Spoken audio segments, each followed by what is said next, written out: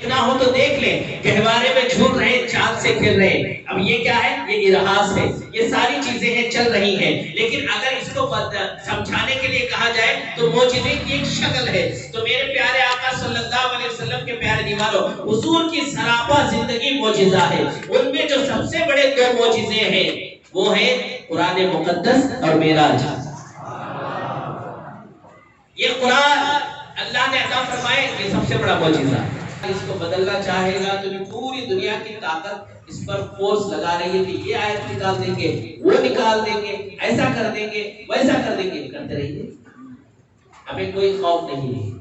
ہمیں اس کے تحفظ کا حکم بھی نہیں ہے، بلکہ ہم اس کی حفاظت اس لیے کرتے ہیں کہ ہمارا اس پر ایمان ہے، ورنہ اس کی حفاظت کا ذمہ اللہ نے لے لیا۔ اِنَّا نَحْنُ نَزَّلْنَا الذِّكْرَ وَإِنَّا لَهُ لَحَافِظُونَ، بے شک ہم نے اس ذکر کو نازل کیا اور ہم ہی اس کی حفاظت کا ذمہ لیتے ہیں۔ تو اللہ نے خود حفاظت فرمائی، اسی لیے حافظ قرآن کے سینے میں بھی اگر قرآن آ جائے تو اب اس کی حفاظت اس کو خود کرنی ہے۔ اب وہ یہ نہیں کہ وہ پڑھنا چھوڑ دے، سال میں ایک بار جیسے ہوتا ہے کہ کچھ حفاظ کرام کی عادت ہوتی ہے، شعبان آتا ہے تو دلنا شروع کر دیتے، ایسا نہیں ہونا چاہیے، بلکہ اس کو پڑھتے رہنا چاہیے، اور آپ کو بھی جتنا قرآن یاد ہے پڑھتے رہنا چاہیے۔ میرے آقا فرماتے ہیں قرآن سینوں سے اتنا تیزی سے نکل جاتا ہے جیسے اونٹ رسی کو توڑ کے نکل جاتا ہے، اسی لیے اس کو پڑھتے رہیں، پڑھتے رہیں، پڑھتے رہیں، اسی لیے اس کا نام قرآن ہے۔ قرآن اس لیے کہتے ہیں، لفظ قرآن پر کبھی غور کیا آپ نے؟ قرآن اس لیے کہتے ہیں کہ یہ سب سے زیادہ پڑھی جانے والی کتاب ہے۔ کائنات میں سب سے زیادہ جو کتاب پڑھی جاتی ہے وہ قرآن مقدس ہے۔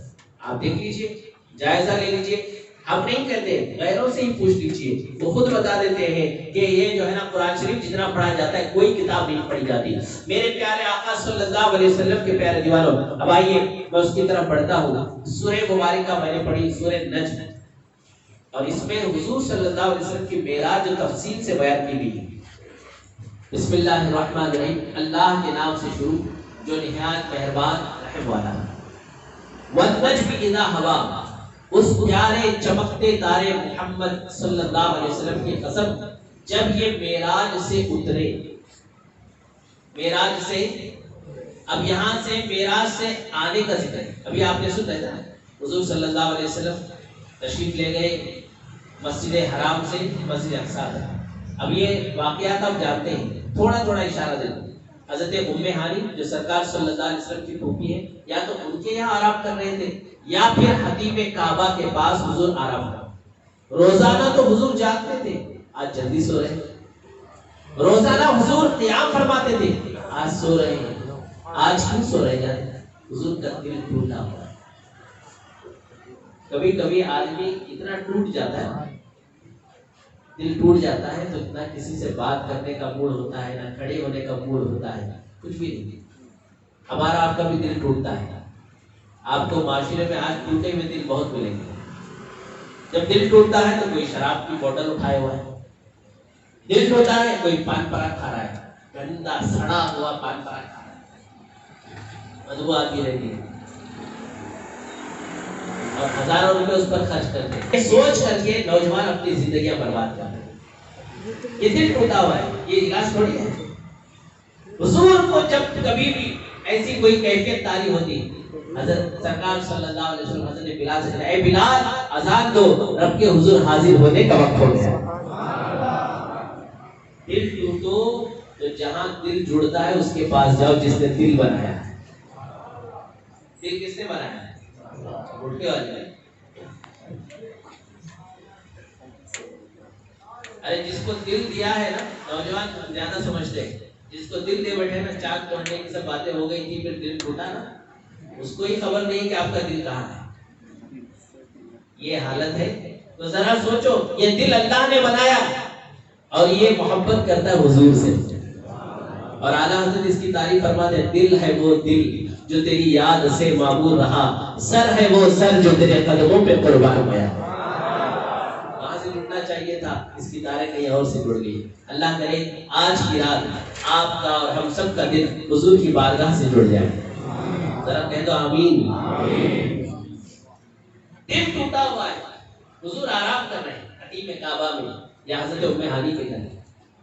اللہ نے فرمایا جبریل وہ وقت آ گیا، سدرہ چھوڑو اور جاؤ اور میرے محبوب سے کہنا ان اللہ اشتاق الی ابراہیم یاسین، یہ لفظ کہتے ہیں اللہ مشتاق ہے، اللہ مشتاق ہے، آپ چلے آئیے۔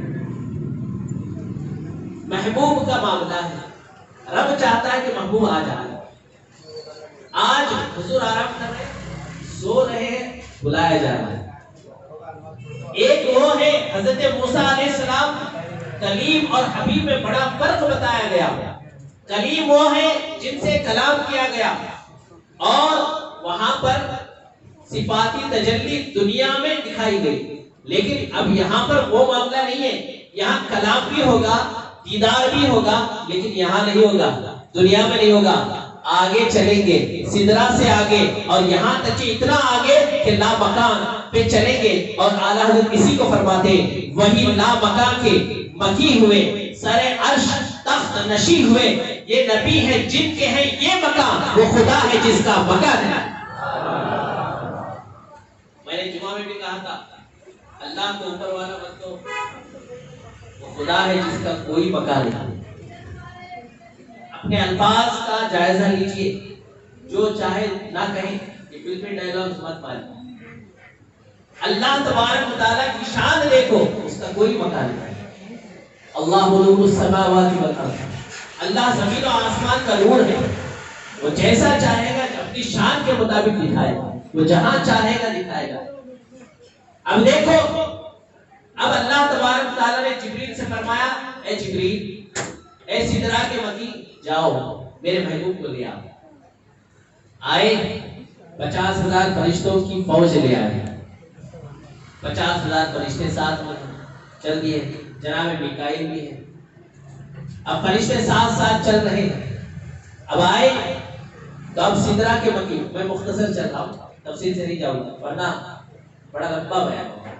تو اب حضرت جبریل علیہ السلام کھڑے ہو گئے، اب فرشتہ حاضر ہے، اور فرشتے کو ادب کس نے؟ رب نے سکھایا کہ یہ میرے محبوب کا ادب ہے، تم جاؤ تو اپنی کافوری